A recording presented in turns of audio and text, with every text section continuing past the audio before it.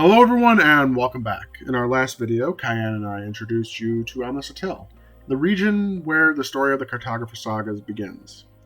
But Omnis Etil is only one corner of a much larger world. Far to the east, beyond the vaulted sea, lies the great continent of Omnis Terraris, vast, ancient, and home to countless kingdoms, cultures, and histories. It is the heart of the world our story inhabits. Like our own world, it is filled with forests, deserts, mountains, and oceans. But there is one important difference. There are no humans here.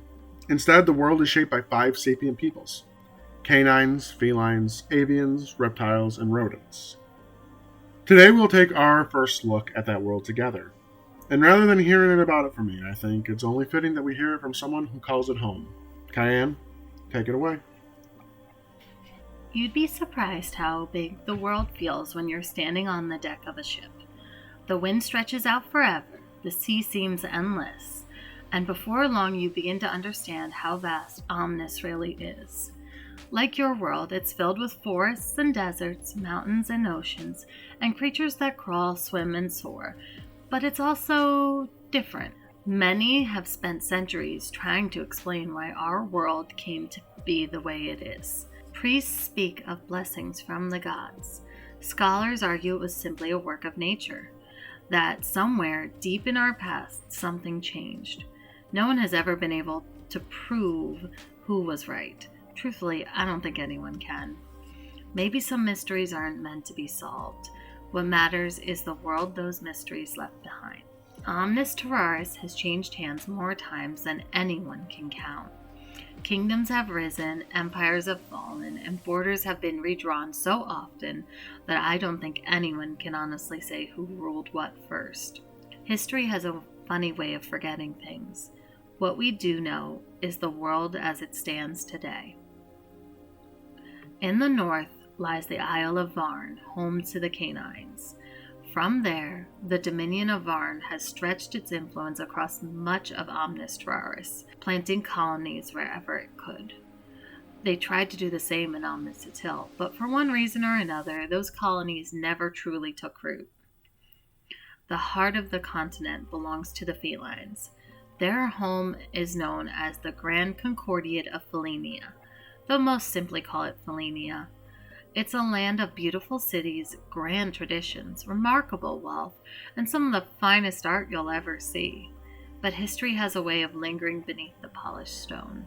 The Concordiate's past is written in conquest and blood, and many lands that have made up Felinia today were once home to others. It's a beautiful place, though not every chapter of its history is one worth celebrating. High above the rest of us, the avians make their homes amongst the mountains. Their kingdom of Ikra isn't bound by borders the way other nations are. Instead, their cities cling to cliff sides and mountain faces, as though they were always meant to be part of the stone itself. The rodents once ruled great kingdoms of their own, with lands that bordered Felinia. Time and war took those kingdoms away. Today they travel in enormous caravans that wander the roads of Omnis Terraris, carrying with them not only their belongings, but the memory of a homeland they refuse to forget. Far to the south, the reptiles inhabit a land where towering mountains divide endless desert from a dense jungle. Those same mountains also divide their faith. For centuries, the desert kingdoms and jungle kingdoms have followed different religious paths, each believing theirs to be the true one. That divide has shaped generations of distrust, crusades, and civil war. Even so, the reptiles remain deeply spiritual people, and their deserts and jungles they call home are said to hide secrets as old as the world itself. It's a big world, bigger than most people ever get to see. Growing up in Port Catalyst, I thought I understood it. I knew the names on the maps, the kingdoms beyond the sea, and the stories people told about each of them. I thought it was enough. It wasn't. Maps can only tell you where a place is. They can't tell you what it feels like to stand there, or who you'll become when you do. As it turns out, the world wasn't what I thought it was, and neither was the pirate who first showed it to me. And that's our first look at Omnis Terraris. As you probably gathered by now, There's far more to this world than I could fit into a single video. Over the coming weeks, we'll explore each of these peoples in much greater detail, from their histories and beliefs to the lands they call home.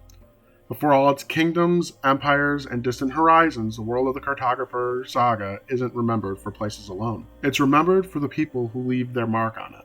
For Cayenne, no one changed the course of her life more than the pirate captain who pulled her from everything she's ever known and showed her a world beyond the edge of the map. Next time, we'll meet Renard Vane. Until then, thank you for joining me, fair winds, and I'll see you beyond the horizon.